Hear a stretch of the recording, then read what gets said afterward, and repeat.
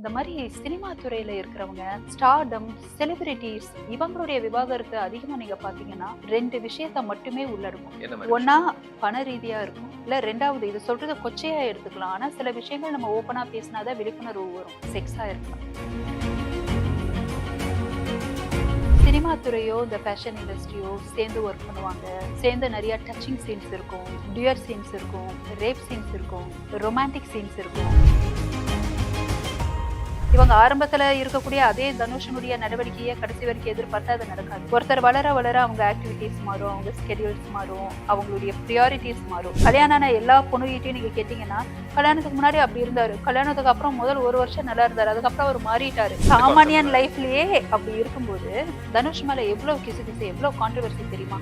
மத்த நடிகரும் தானே இருக்காங்க. நீங்க அதை பார்க்கணுங்க. 3வது மனுஷங்க நம்ம பார்க்குற பார்வையும் சொந்த மனைவி பார்க்குற பார்வைக்கும் எப்பவுமே வித்தியாசம்.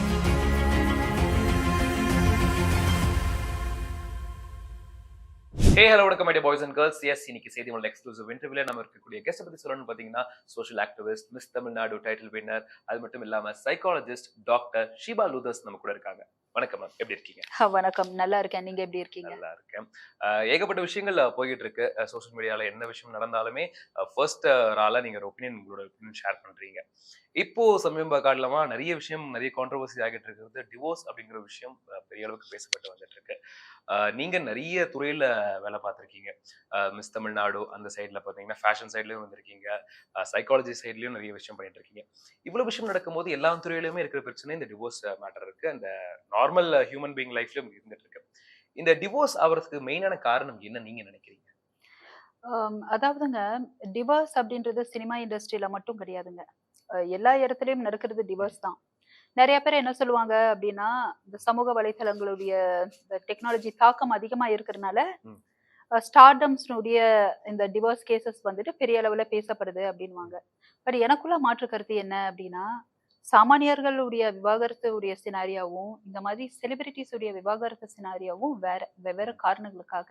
எல்லாம் காரணம் இருந்துட்டு இருக்குன்னு சொல்றீங்க. அதுல ஒரு எக்ஸாம்பிளா தான் இப்போ ஐஸ்வர்யா ரஜினிகாந்த் அண்ட் தனுஷோட டிவோர்ஸ் மேட்டரும் இப்போ பெரிய அளவுக்கு பேசப்பட்டு வந்துட்டு இருக்கு. இவங்களுக்கு 2 பேருக்கும் இல்ல காரணம் என்ன இருக்குன்னு நினைக்கிறீங்க? ஒருவேளை ப்ரொஃபஷனல் மட்டுமே காரணமா இருக்கா? இல்ல பெர்சனல் லைஃப்ல நிறைய விஷயம் இருக்கிறதுனால கூட இந்த பிரேக் எடுக்குறாங்கன்னு நினைக்கிறீங்களா? முதல்ல ஒருத்தருடைய தனிப்பட்ட வாழ்க்கை விஷயத்த பேசக்கூடிய நபர் நான் இல்ல. ம். ஆனா இந்த விவாகரத்து விஷயம் கொஞ்சம் பொது வெளியில அதுவும் ஓப்பனா அந்த டிவோர்ஸ்ன்றது வந்ததுனால, இத பத்தின ஒரு விழிப்புணர்வு, அதுக்காக நம்ம இத பத்தி பேசக்கூடிய ஒரு சூழ்நிலையில நம்ம எல்லாரும் இருக்கோம். அதனால ஒருத்தருடைய அந்தரங்க வாழ்க்கையில நம்ம அத தொடாம, நம்ம வந்துட்டு மேலோட்டமா இது எதனால நடந்திருக்கலாம்? என்னென்ன மாரி நடந்துட்டு இருக்கு? பொது வாழ்க்கையில இருக்கக்கூடியவங்களுடைய மனநிலை எந்த மாதிரி இருக்கு? விவாகரத்து வரைக்கும் போற அளவுக்குன்றத மட்டும் நம்ம அது ஷேர் பண்ணுங்க. பேசலாம் ம். அப்படின்றது அது என்னுடைய ஒரு உங்களோட பாயிண்ட் ஆஃப் வியூ. சின்ன ஒரு ம். கோரிக்கை. என்ன பொறுத்த வரைக்குங்க, இப்ப சாமானியனுக்கு விவாகரத்து ஆகுதுன்னு வைங்க, ம். அதுக்கு பல காரணங்கள் இருக்கும். என்னன்னா, எக்ஸ்டர்னல் ஃபேக்டர்ஸ் யாராவது வந்துட்டு இவங்க 2 பேரும் ஜோடிகள் வந்துட்டு நல்லபடியா இருந்தாலும், இந்த 3வது மனுஷங்க யாராவது ஏதாவது கெடுத்து விடுவாங்க. இல்ல பொருளாதார ரீதியா ஏதாவது ஒரு பிரச்சனை. இல்ல ஒரு பொண்ணு வந்துட்டு இண்டிபெண்டன்ட்டா இருக்கா. அத ஏத்துக்க மாட்டாங்க சில அக்செப்ட் சமூகங்கள். பண்ணிக்க மாட்டாங்க. அப்போ இந்த பொண்ணோ, பையனோ நம்மளுடைய ட்ரீம்ஸ் நம்மளுடைய வாழ்க்கைய வாழ முடியல. அதுக்கான தடையா இருக்குன்றதுனால முடிவெடுக்கலாம்.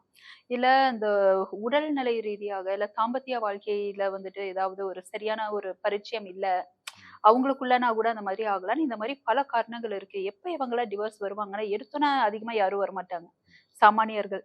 முடிஞ்ச அளவுக்கு முயற்சி பண்ணுவாங்க.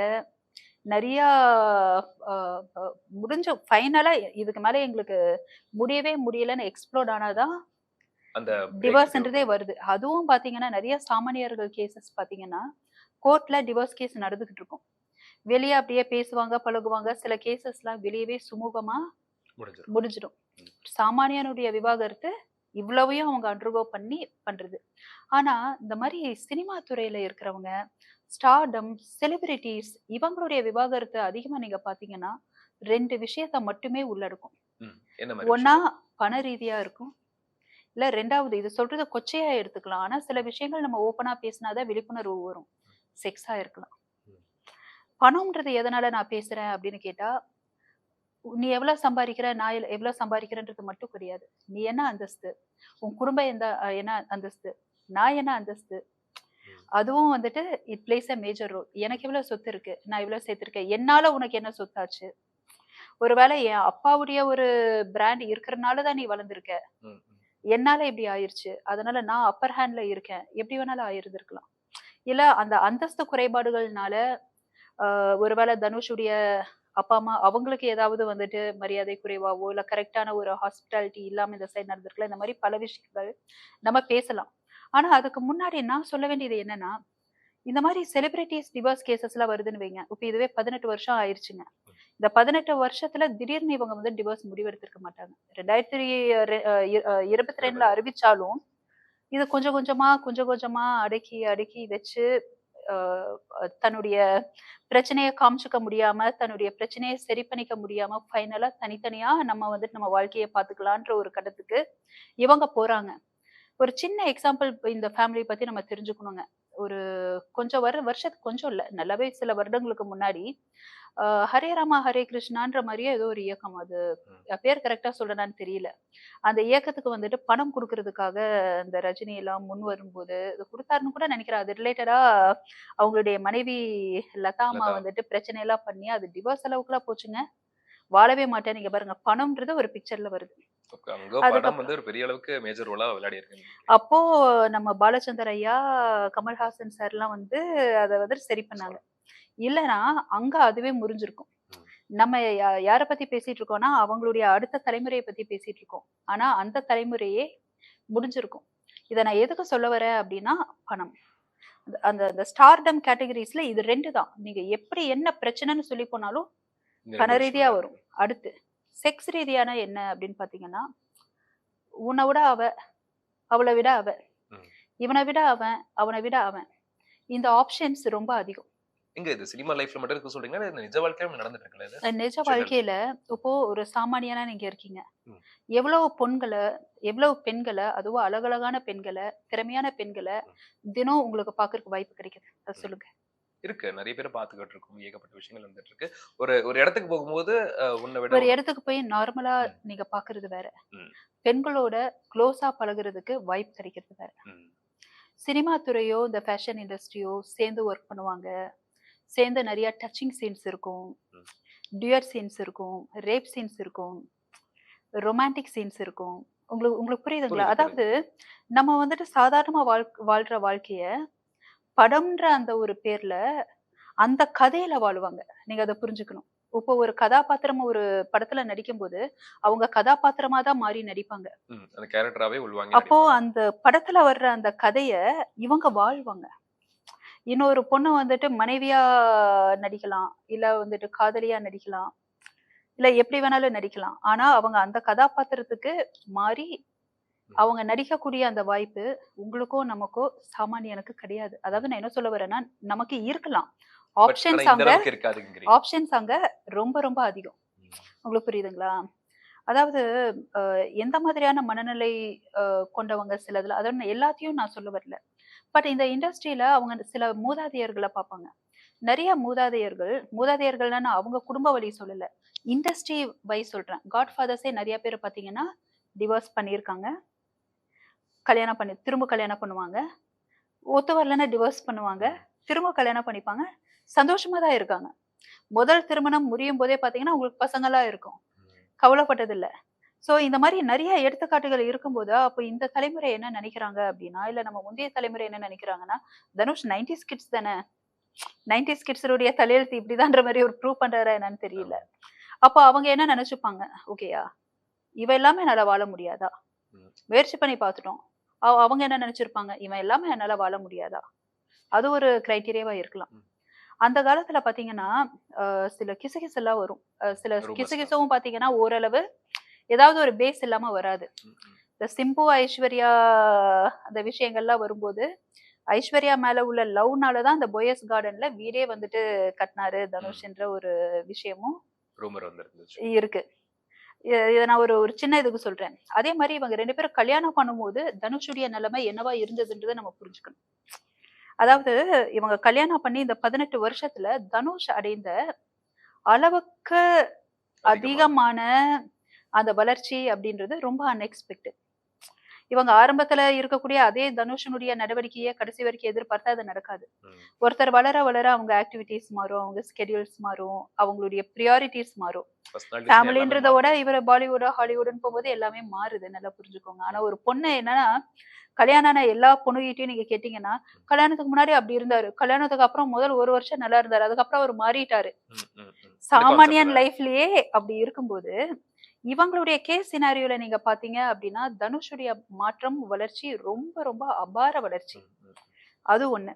இடையில சில வருடங்களுக்கு முன்னாடி ஒரு மேடை ஷோல வந்துட்டு ஐஸ்வர்யா ஒண்ணு பேசியிருந்தாங்க. நான் தனுஷுடைய மனைவின்னு சொல்றத விட, சூப்பர் ஸ்டார் ரஜினி அவங்களுடைய மகள் அப்படின்னு சொல்றதுல தான் பெருமைப்படுறேன்னு சொல்லும்போது, நீங்க அந்த தனுஷ் மூஞ்சிய எவ்வளவு பேர் பார்த்திருக்கீங்கன்னு தெரியல. அவருக்கு அப்படியே ஒரு மாரி மூஞ்சி அப்படியே சுருங்குன மாதிரி இருந்துட்டு, அப்ப அவர் சைடு என்ன கருத்துன்னா, என்னதான் இருந்தாலும் ஒரு ஆணுக்கு தன்னுடைய மனைவி அவன் தான் வந்துட்டு பெரியவன். அவனோட மனைவின்னு சொல்றது தான் பெருமையா இருக்கணும்னு நினைப்பாங்க. ம். உங்களுக்கு புரியுதுங்களா? நிச்சயமா. இதெல்லாம் நம்ம வந்துட்டு என்னன்னா, சும்மா பார்க்கும் பொருளா பார்க்குறோம். ஆனா அதுக்கு ஆனா பின்னாடி ஒரு அவங்க விஷயம் மனசுல இருக்கு. அப்ப அவங்க மனசுல எப்படி உங்களுக்கு புரியுதா? புரியுது. சலசலப்புகள்லயே இருந்துட்டு இருக்காங்க. ம், ம். இன்னும் சில காரணங்கள் என்ன சொல்லப்படுது அப்படின்னு பார்த்தீங்கன்னா, தனுஷ் அவங்க வீட்டார கரெக்ட்டான ஒரு மரியாதையா ஒருவேள நடத்தல. ஒருவேள அந்தஸ்து ரீதியா பார்க்குறாங்க. அப்படின்ற மாதிரியான ஒரு பேச்சுக்களும் வந்துட்டு இருந்துச்சு. வந்துகிட்டு இருக்கு. அந்த அந்த அதே காரணத்தினால தான் அந்த போயஸ் கார்டன்லாம் உங்க அப்பாவுக்காக தனுஷ் வீடு கட்டியிருக்காரு ம், ம். அப்படின்னும் சொல்றாங்க. நிச்சயமா. ஏன்னா அதுவும் ஒரு காரணம் இருக்கு. இன்னொன்னு கல்யாணம் பண்ணும்போது தனுஷுடைய நிலைமை பத்தி பேசணும்ல. அப்ப பார்த்தீங்கன்னா, கஸ்தூரி ராஜா உங்க கையில பணம்லாம் இல்லங்க. ரொம்ப அதாவது இதுக்கப்புறம் நமக்கு ஃபியூச்சரே இல்லன்னு நெனச்சுட்டு இருந்த டைம். அப்பதான் தனுஷ வச்சு என்ன படம் எடுக்குறாங்க? அதுவும் கடன் வாங்கி படம் எடுக்குறாங்க. இந்த தனுஷ், ஷெரின் நடிச்ச துளுவதோ சொல்லுவாங்க. இளமை படம். அதுலயும் பார்த்தீங்கன்னா, செல்வராகவன் பேரு போடாம கஸ்தூரி ராஜா பேரு போட்டிருப்பாங்க. கடன் வாங்கி பண்ற படம், லீடிங் ஆக்டர வச்சு பண்ண முடியல. பட்ஜெட் இல்ல. இதுதான் கடைசி ட்ரைன்னு ட்ரை பண்றாங்க. அப்படிப்பட்ட நிலைமையில இருக்கிறவங்க மாறுது. சூழ்நிலைகள் மாறுது. சிச்சுவேஷன் அதுக்கு ஏத்த மாரி மாறுது. கல்யாணம் பண்ணும்போதே இவங்க 2 பேத்துக்குள்ள இருக்கக்கூடிய அந்த மனநிலை, உங்களுக்கு புரியுதுங்களா? அந்த சூழல் எல்லாமே மாற்றம் அடைஞ்சுகிட்டே வரும்போது, இவங்களும் அதுக்கு தகுந்த மாரி அடாப்ட் ஆயிக்கிட்டே இருக்கணும். ஓகே. அப்போ இப்ப இந்த பக்கம் என்ன ஒரு கேள்வி வருதுன்னு பார்த்தீங்கன்னா, இவங்க லவ் பண்ணி தான் மேரேஜ் பண்ணியிருந்தாங்க. எல்லாம் டிவோர்ஸ்க்கு முன்னாடி ஒரு லவ் இருந்திருக்குல்ல. அந்த லவ் ஏன் கன்டின்யூ ஆக மாட்டேங்குது? அத வச்சு பார்க்கும்பொழுது நீங்க சொல்ற ரீசன் வச்சு பார்க்கும்பொழுது, மணி அண்ட் செக்ஸ் வச்சு மட்டும் பார்க்கும்பொழுது எல்லாமே மாறிடுச்சுன்னா, அப்ப எதுக்கு யாராலயுமே கல்யாணம் பண்ண முடியாதுல்ல? அதாவது லவ் அப்படின்றது ரொம்ப முக்கியமா எல்லாருமே பார்ப்பாங்க. நிச்சயமா. எப்பன்னா கமிட்மென்ட்க்கு முன்னாடி. ம். நல்லா புரிஞ்சுக்கோங்க. கமிட்மெண்ட் ஆனதுக்கு அப்புறமும் லவ் முக்கியம்னு நினைப்பாங்க. எப்ப அந்த லவ் வந்துட்டு ரொம்ப ஒரு புனித காதல், தூய்மையான காதல்னு எப்போ ஒருத்தர் உணர்வாங்க தெரியுமா? மனசளவுல அவங்க நிம்மதியா இருந்தா. ம். நல்லா புரிஞ்சுக்கோங்க. மனசளவா நிம்மதியா இல்லாத யாருமே, இந்த காதல் புனிதமானதுன்ட்டு எப்பவோ பண்ண அந்த லவ்வ அவங்க இல்ல. ஒய்ஃப் மேல வச்சிருக்க லவ்வ யோசிச்சுட்டு இருக்க மாட்டாங்க. அப்போ ஒருத்தர் நிம்மதியா இருக்கறக்கு என்ன தேவைப்படுது நம்ம சமூகத்துல? ம். ஒரு சாமானியனுக்கு என்ன தேவைப்படுது? பொருளாதார விஷயம். சாப்பாட்டுக்கு பிரச்சனை இருக்கக்கூடாது. மெயினா நிம்மதி மரியாதைக்கு இருக்கணும். ம். குறைவு இருக்கக்கூடாது. நம்மளுடைய பார்ட்னர் நமக்கு பிரியாரிட்டி குடுக்கணும். ம். இதுதான் சாமானியானது. அப்ப இந்த மாதிரி செலிபிரிட்டீஸ்க்கு இவங்களுக்கு என்ன மாதிரியான ஒரு எதிர்பார்ப்பு இருக்கும் நீங்க சொல்லுங்க. இவங்கலாம் நிம்மதியா இருக்கணும்னா, எப்பொழுதுமே இவங்கள சுத்தி ஒரு 10, 15 பேரு இல்ல 100, 200 பேரு கை தட்டிக்கிட்டே இருக்கணும். ஒரு நல்லா பாருங்க. கைத்தட்டல் கேட்டுக்கிட்டே இருக்கணும்னு நெனைக்கிறேன். ஸ்டார்டம், செலிபிரிட்டீஸ் சினிமா இண்டஸ்ட்ரியில மட்டும் இல்ல. செலிபிரிட்டீஸ்னா நெறைய கிரிக்கெட் பிளேயர்ஸ நீங்க சொல்லலாம். இவங்க எல்லாமே எல்லா செலிபிரிட்டீஸ் ஃபீல்டுமே. தான். ம். அப்போ அவங்களுக்குன்னு ஒரு அட்மைரர்ஸ் இருந்து பழகியிருப்பாங்க. அப்போ அவங்களுக்கு எது நிம்மதி தெரியுமா? அத கை தட்டுற சத்தம் கேட்டுக்கிட்டே இருக்கணும். பணப்புழக்கத்துல இருந்துகிட்டே இருக்கணும். Luxurious life. ம். அப்போ ஒருத்தர் அவங்க பண்ற அந்த லவ்வுக்கு குடுக்குற இம்பார்ட்டன்ஸ் கூட, ம். இந்த நபர் நம்ம கூட இருக்கறனால, அட்லீஸ்ட் என்னால என்னுடைய பொருளாதாரத்த நான் மேம்படுத்திக்கிறேன். அதாவது அவர்னால பணம் வரணும்ன்ட்டு இல்ல. இவர் இருக்கறனால என்னுடைய விஷயங்கள நான் சரி பார்த்துக்கிறேன். அப்படி இல்ல அப்படின்னா, இவர் வராரு, இல்ல இவ வரா. இவ மூலமா நம்மளுடைய லைஃப் அடுத்த கட்டத்துக்கு வருது. ம். ஒரு நிம்மதியான ஒரு எந்த ஒரு வில்லங்கமும் இல்லாம இதுதானே நம்ம எதிர்பார்க்கிறோம். எதிர்பார்த்துட்டு இருக்கோம். அப்போ இவங்களுடைய எதிர்பார்ப்பு கைத்தட்டலுங்களா? ம். அப்போ நீயா நானான்ற மாரி ஆயிடுது. இப்ப நீங்க சொல்றீங்கல்ல அந்த லவ். ம். கமிட்மெண்ட்லாம் ஆயிட்டு முதல்ல அப்படியே ஒரு 1, 2 வருஷம் இது நல்லா உளவியல் ரீதியா போகும். எல்லாம் அது ம். அப்படியே போகும். 3வது வருஷம் இத்தனைக்கும் இவங்க 2 பேத்துக்கு தெரியும். இவங்க நடிகர் இவருன்னு தெரியும். ம். ஏன்னா ப்ரொஃபஷனல் பார்த்து தான் லவ் பண்றாங்க. மேரேஜும் புரியுது. பண்றாங்க. ஆனா கிசுகிசுன்னு ஒண்ணு வந்ததுன்னு வைங்க. ம். 1 தடவ, 2 தடவ, 3 தடவ கிசுகிசு வர்றது ஓகே. நல்லா புரிஞ்சுக்கணுங்க.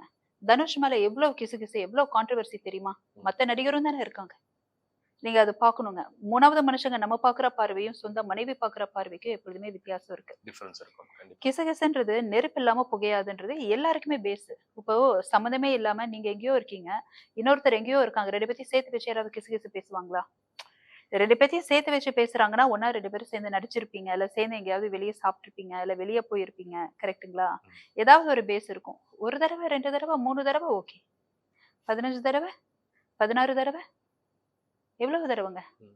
அப்போ ஒருத்தருக்கு என்ன ஆகும்? ஒரு கட்டத்துல சீன் ஆகாதா? இந்த லவ்ன்றது எதுவரைக்கும் தெரியுங்களா? ஒருத்தர் நமக்கு பிரையாரிட்டி குடுக்குறாங்கன்றது தான். ஓகே. அப்ப நீங்க வச்சு பார்க்கும்போது, இவங்களோட கேஸ் படி பார்க்கும்பொழுது, இவங்களுக்கு இவங்க பிரையாரிட்டீஸ் குடுக்கறதுனால தான் இந்த டிவோர்ஸ் வரைக்கும் வந்து நின்னுருக்கு. மேபி இருக்கலாம். ஏன்னா, அந்த சுச்சி லீக்ஸ் எல்லாம் வந்தது பாருங்களேன். நான் நிச்சயமா. அப்பவே என்ன நெனச்சேன்னா, இவங்களுக்குள்ள பிளவு வரும்னு நெனச்சேன்.